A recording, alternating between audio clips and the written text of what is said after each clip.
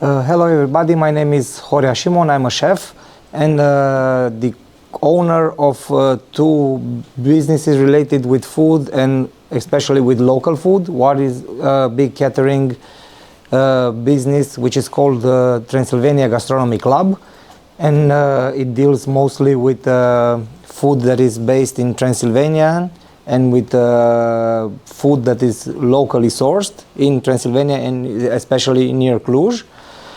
And the other business that we have, Gura Satului, which means the mouth of the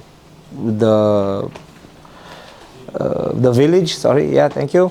The mouth of the village. It's a small deli shop and a wine bar, and where we especially where we sell a lot of local products, except the coffee, basically, which is also from the Ethiopian peasants, but it's not from Transylvania. And we have a mead, a beer made out of honey, if you know that. That is made in Buzău, which is a little bit far away from Transylvania. But otherwise, all the products that we are selling are locally sourced and around the Cluj area, and maybe some in Banat and in the center part of Transylvania. We have a small food menu, and the idea of developing a small food menu based on local products is really challenging, because first of all the products, the basic products, starting with flour and going to like products ready to sell, like I don't know, vegetable spreads or honey or aged cheese. They are all from small producers, and they all take pride in working in a slow food mentality and slow food paradigma. So basically they are not intensive agriculture and farming and raising animals. So the batches are small and really small, and this does not give you the opportunity to have the same menu all year around. Most of our products are only based on seasonal, and that's why it's really difficult to have a structure of the same menu all year around. So basically, trying to bring the home taste, our grandmother taste, or our food that we know you have it in your homes was really difficult and challenging for us. So basically we decided to do exactly like everybody was doing in their homestead in old times, to cook with local products, but also based on the seasonality. So basically in winter we cook with preserved ingredients like smoked sausages, potatoes, aged cheeses, very little fresh vegetables, because there are none, with pickles a lot and stuff like that. And when springs comes, we change the menu, and we start having like a local producer who's delivering us local grown rucola or whatever types of aromatic herbs. And we start using again fresh cheese and yogurts and stuff like that. And it's a menu that is ever changing, but still we try to keep some of the elements to be on the same tasting level that you used to have at your home. Well, we used to have here in Transylvania, in our families. So basically this is one of the biggest challenge.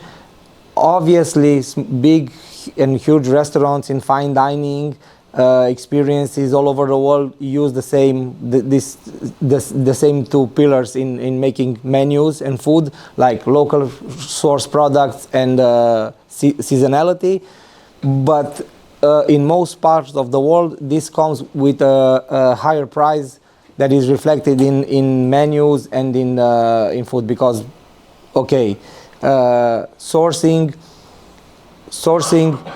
small batches of whatever rabbit meat or aged cheese to can provide for a big restaurant. It's really challenging because you have to have more small producers delivering you the same product at the same level of quality and so on and so forth. So basically it's more challenging, therefore the costs, the final cost on the menu cost of the food, the food cost will be much higher in a fine dining restaurant even in Bucharest.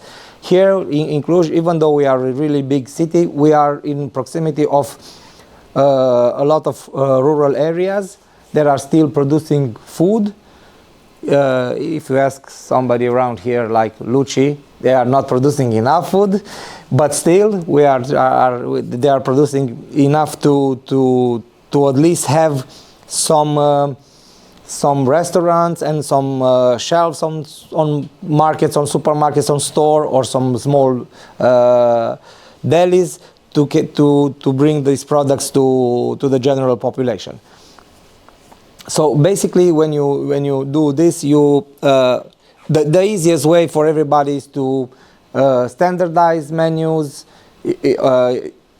Imagine that on one side of the spectrum, it's the most successful maybe restaurant in the world, which is McDonald's, and imagine that we are on the other side of the spectrum, opposite, because we are small, we are not scaling, we cannot scale, we do not have standardized recipes and products and nothing. So basically we get what we get that week from the market and the local producers, and we cook that week with that food. So this is something that really, well, if you are making an analysis about it, the good points are that you have fresh food, tastier food. You can use your imagination, which is something that you will have to develop and you'll have to keep alive when you work and keep changing things in your job to make it interesting. It is, let's say, it's joyful, it's funnier to keep creating stuff and things and working with them. But on the other hand, some of your clients are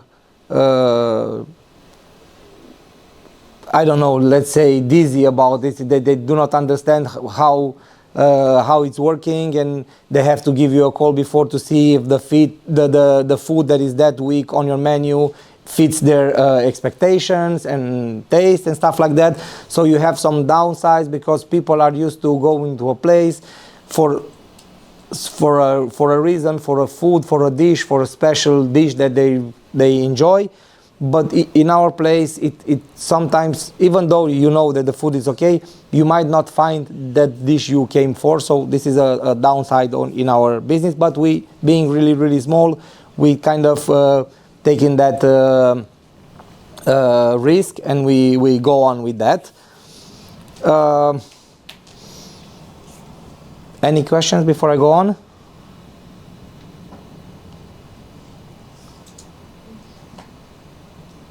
No. Good.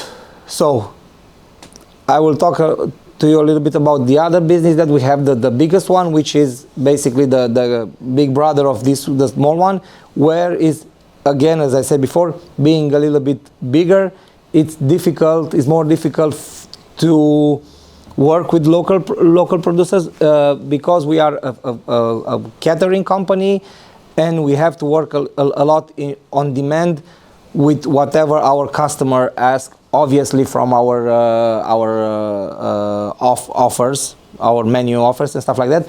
But again, seasonality goes a long way here, and we have to change some of the dishes and the offer that we have all over the year. So business-wise, it's better to have a big business when you can buy more stuff and sell more stuff, and the bright side is that being a big business, your impact in the community and on the market it's bigger. So if you are a big player buying a lot of local producers from the local, you help a lot of more people. Being small, your impact it's obviously a little bit smaller. But a small business, even for you, is like a startup. It can be a way for you to train and test your abilities as chefs, as food lovers, as manager or business owners. Even so, basically, I think we started with big and then we open a small one. So basically, yeah, for everybody it should be the other way around. But but it depends a lot on the circumstances in life and whatever opportunity you have on the market. We had the opportunity to open a bigger business first, so this is how things go in our way. This was our story about the local food. Let's say it's too much to use the word heritage in food, but it's basically more a normal thing to do to keep using your food and not see it like something that if you're not using it is going to be lost. If you're using it daily and you encourage people to use it daily, it won't never have to be like a hidden treasure. You have to save it like heritage in the sense of it's the last piece of whatever and it's going to be lost. If it enters like in the natural way in your day by day life, like in food, like with whatever, this cultural stuff, the food, the whatever, the activities around the tables on Christmas and everything will never be lost. So basically it will be a smooth process from passing throughout the generations the same quality of cultural and heritage things that we enjoy and try so much to save. Okay, thank you so much, and hope that you've learned something, and see you next time. Thank you so much. Thank you, Anna. You remember me bags of grandparents gardening that tasty tomatoes? Yeah. Yeah. Okay. So I want to make a mention. Each one of you have a package. So inside in the package.